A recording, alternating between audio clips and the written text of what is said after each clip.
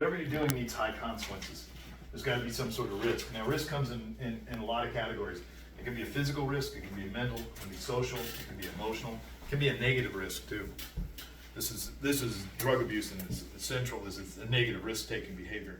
What most people don't understand about an addiction is not actually the drug, it's the pursuit of the drug that becomes the life.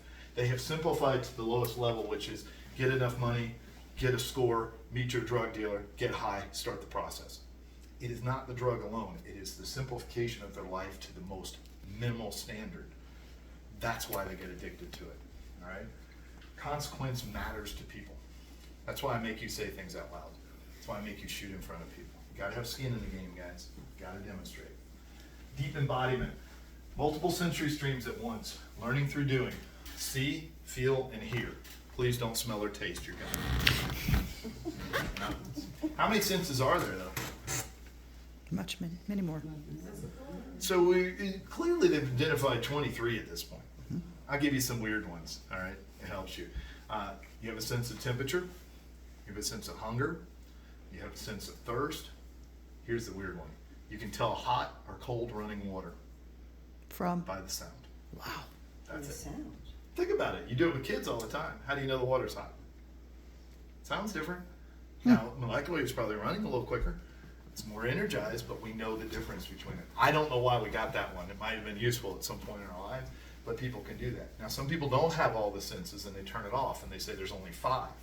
But there's all these things happening. Now, as I brought your attention to those, what happened to your mind? Oh, I am thirsty. Oh, I am hungry. God, I gotta pee. If you thought that way all the time, you would be insane.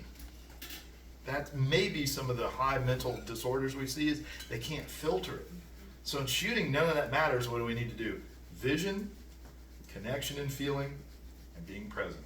And that's all you can do at once. If you do any more than that, you'll wreck your shooting. And mostly you can only do one. So you've got to work on the one that's weak. And that gives you the priority signals. All right? And then you need to be novel in the environment. It's got to be rich. It's got to be unpredictable. Like you can't ever predict me in class, can you? How many I'm going to call, what's next? Because I'm getting you to pay attention. I'm not getting you to follow orders. You're going to leave me and be a shooter and a thinker, and I'm not going to be there. You're not here to follow Brian Hill. You're here to develop your own path, period. So pay attention. And if I catch you not paying attention, I'll make it uncomfortable for you by not letting you follow the process. Now, some of you are procrastinators, right? You can't even answer. Yeah, maybe I am, all right?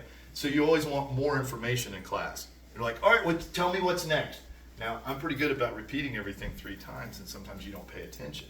And then some of you are realizing that you can hear really well, but you might not be able to process information very well.